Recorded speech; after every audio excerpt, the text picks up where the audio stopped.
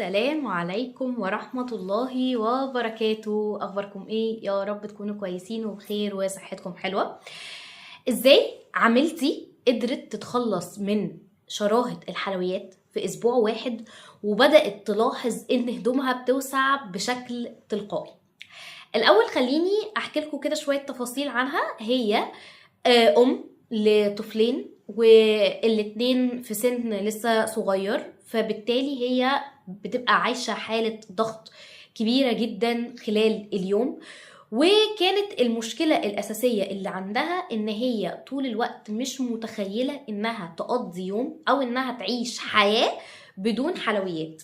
مش متخيلة يعني إيه إن هي ممكن يعدي عليها بعض أيام تكون فيها من غير حلويات، من غير شوكولاتات، من غير بسكوتات، من غير الحاجات دي كلها. مش فاهمة يعني إيه ده ممكن يحصل. هي واحدة من الناس اللي ممكن تقضي يوم كامل بتاكل حلويات، ممكن تاكل الحلويات بتاعت ولادها، الكلام ده كله. وده طبعا انعكس عليها بزيادة وزن بالكلام ده كله. فأول خطوة لما اشتغلت عليها معاها، اشتغلنا على خطوة هو الحلويات، الهيستوري بتاعك مع الحلويات كان شكله عامل ازاي. فوقتها الإجابة كانت إن أنا الحلويات في بيتنا كانت بشكل متوفر جدا. ماما طول الوقت ممكن بتعمل لنا حلويات، بتعمل لنا سندوتشات مربى، بتعمل لنا كيك، بتعمل لنا بسكويت، بتعمل لنا الحاجات دي كلها. ولكن وأنا بحبها، أنا فعلا بحب الحلويات وبحب طعمها في بقي، أنا بستمتع بطعمها في بقي.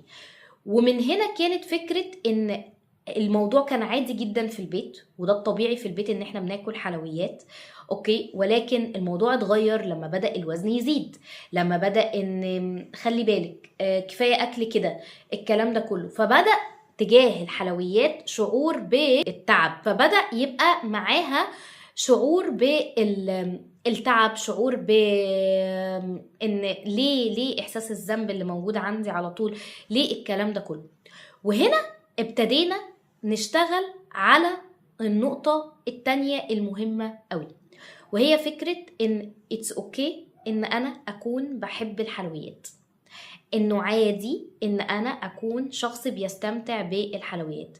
ليه؟ لان انا ممكن يبقى عندي الفكرة بتاعت ان انا علشان انا شخص بحب الحلويات فانا كده شخص غير صحي، وده مش حقيقي وده مش صح. الحقيقي والطبيعي والصح هي ان انا عادي جدا اكون شخص بيحب الحلويات، اكون شخص بيستمتع بيها، اكون شخص بيحبها عادي، وده طبيعي وكلنا بنحب الحلويات. اللي مش طبيعي ان انا اعتبر ان ده حاجة غلط. طيب هو الحلويات فعلا مش صحية، انت ازاي ناكلها يعني ونستمتع بيها والكلام ده كله؟ وهنا بقى جت الخطوة التانية بعد ما عملنا الفاليديشن ان اتس اوكي ان انا اكون بحب الحلويات. الخطوة التانية اللي بعد كده اللي هي ما كانتش متخيلة ان هي ممكن الحلويات تبقى قدامها وتسيب منها عادي، هي خطوة ان انا هجيب الحلويات واوفرها عندي في البيت وبكمية بسيطة في البداية. ليه بعمل كده؟ عشان يجيلي احساس الامان. الحاجة اللي كانت بتخليها تاكل حلويات بكميات كبيرة هي انها كانت بتخاف انها مش هتاكلها تاني، فبتاكل الحلويات بالكمية الكبيرة مادام هي موجودة ومادام هي متاحة، وفي نفس الوقت بتاكل منها بكميات كبيرة علشان نقدر نقول خلاص من بكرة هبدأ ايه من جديد. اوكي، فهنا اللي احنا عملناه ايه؟ اللي احنا عملناه ودي كانت اول خطوة، ان احنا اشتغلنا على هنوفر الحلويات بكمية بسيطة في البيت. فدي كانت تاني خطوة. طيب تالت خطوة ودي اللي كانت مهمة، الطريقة اللي بتاكل بيها الحلويات.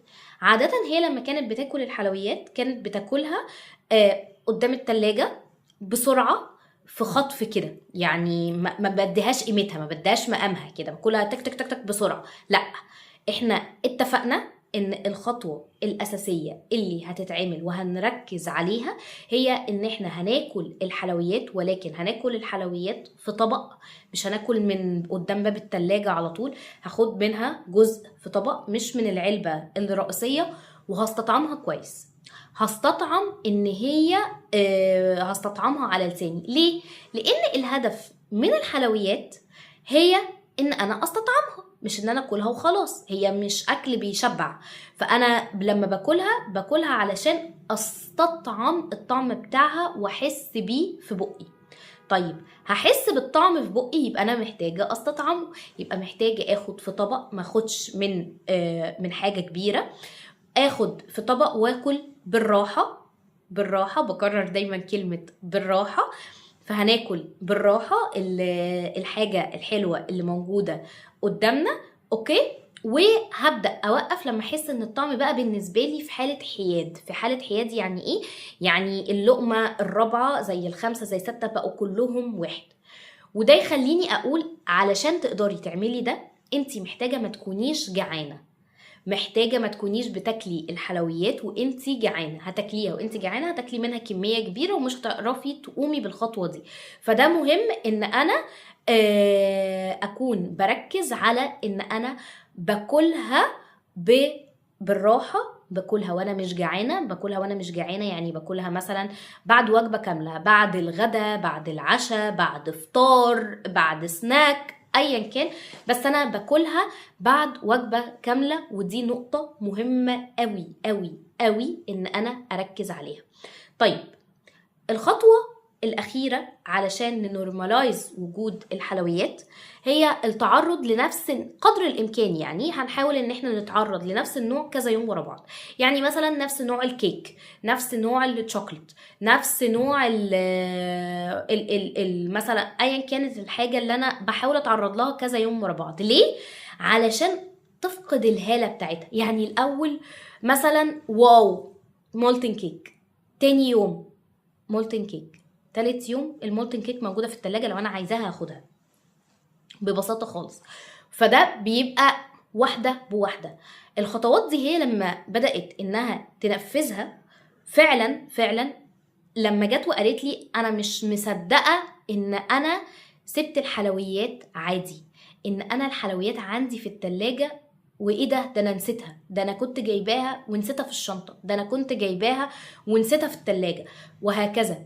بتوصلي فعلا للمرحله بالتجربه. هي ما كانتش مصدقه، عادي جدا. فانت دلوقتي وانت بتسمعيني ممكن ما تبقيش مصدقه الخطوه دي، ولكن ابدأي طبقيها من النهارده. الخطوه دي بتساعدك ان انتي تعالجي شراهة الحلويات للأبد، علشان تقدري تحطي البيز للوصول لوزن طبيعي مستدام، وزن طبيعي ما يرجعش تاني. الخطوة دي هتخلي فكرة شراهة الحلويات والخوف من الحلويات تبقى حاجة من الماضي خلاص. ده ما بقاش أنا أصلا. هنيجي بقى للخطوات اللي وراها اللي بتوصلنا لوزن طبيعي مستدام، بتحتاج مننا مهارات تانية بنشتغل عليها مع بعض. فلو انتي جاهزة ان انتي تشتغلي معايا على رحلة للوصول لوزن طبيعي مستدام بدون دايت، بدون حرمان، ولكن بشكل بنشتغل فيه على جذور المشكلة نفسها، جذور زيادة الوزن، ايه اللي حصل سبب لي زيادة الوزن، نعالجه من الجذور بتاعته علشان ما يرجعش تاني. فده اللي انا بشتغل عليه معاكي في Sustainable Safe Weight Method. Sustainable Safe Weight Method هي الميثود اللي انا صممتها ما بين ميكس من كذا حاجة، من كذا فكرة على بعض، ما بين الكوتشنج والهيلينج والانيتوتيف ايتنج او التغذيه الحدسيه، علشان وصممت المنهج الخاص بيا اللي بساعد كل كلاينت بتشتغل معايا انها تبني علاقه سليمه مع الاكل. العلاقه السليمه مع الاكل دي بتوصلها لوزن طبيعي مستدام ما يرجعش يزيد تاني. ف if you are interested ابعتيلي كلمه safe في رساله وهرد عليكي بكل التفاصيل. وباي باي.